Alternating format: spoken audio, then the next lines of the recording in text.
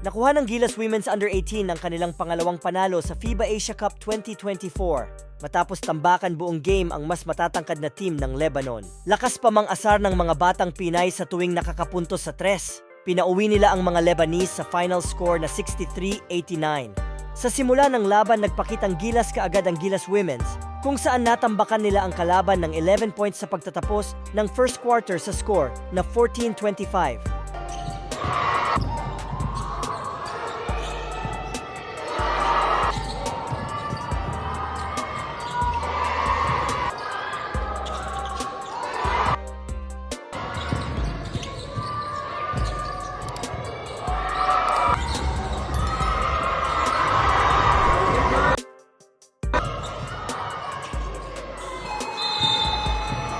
Second quarter, nagpaulan ng tatlong magkakasunod na tres ang Gilas at napa-takeover naman si Naomi Panganiban. Naging hype pa sa dulo ang bench dahil sa buzzer beater 3 ng number 13 player na si Jolzine Impreso.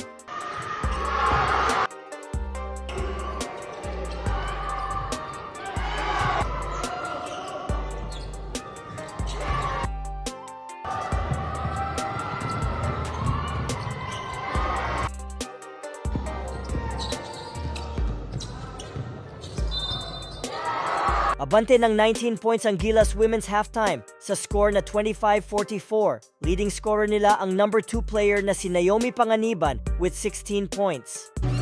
Kontrolado pa rin ng mga batang Pinay ang laban pagpasok ng second half.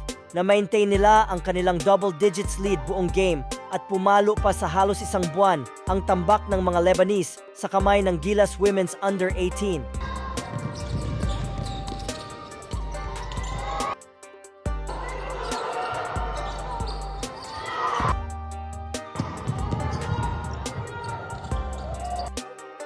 Final frame, hindi na pinaporma pa ng Gilas Women's ang Lebanon at nagsimula na ngang lumagpas sa 20 points ang kanilang kalamangan.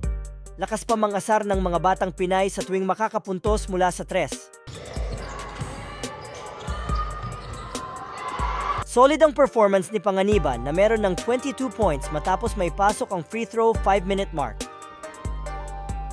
At nasundan pa ng isang 3-pointer, sabay in-your-face gesture sa kalaban.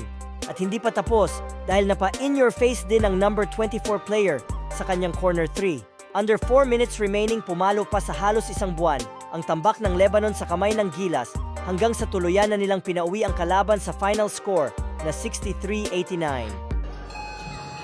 Maraming salamat sa panonood mga idol. Paki-like ang video at subscribe for more updates.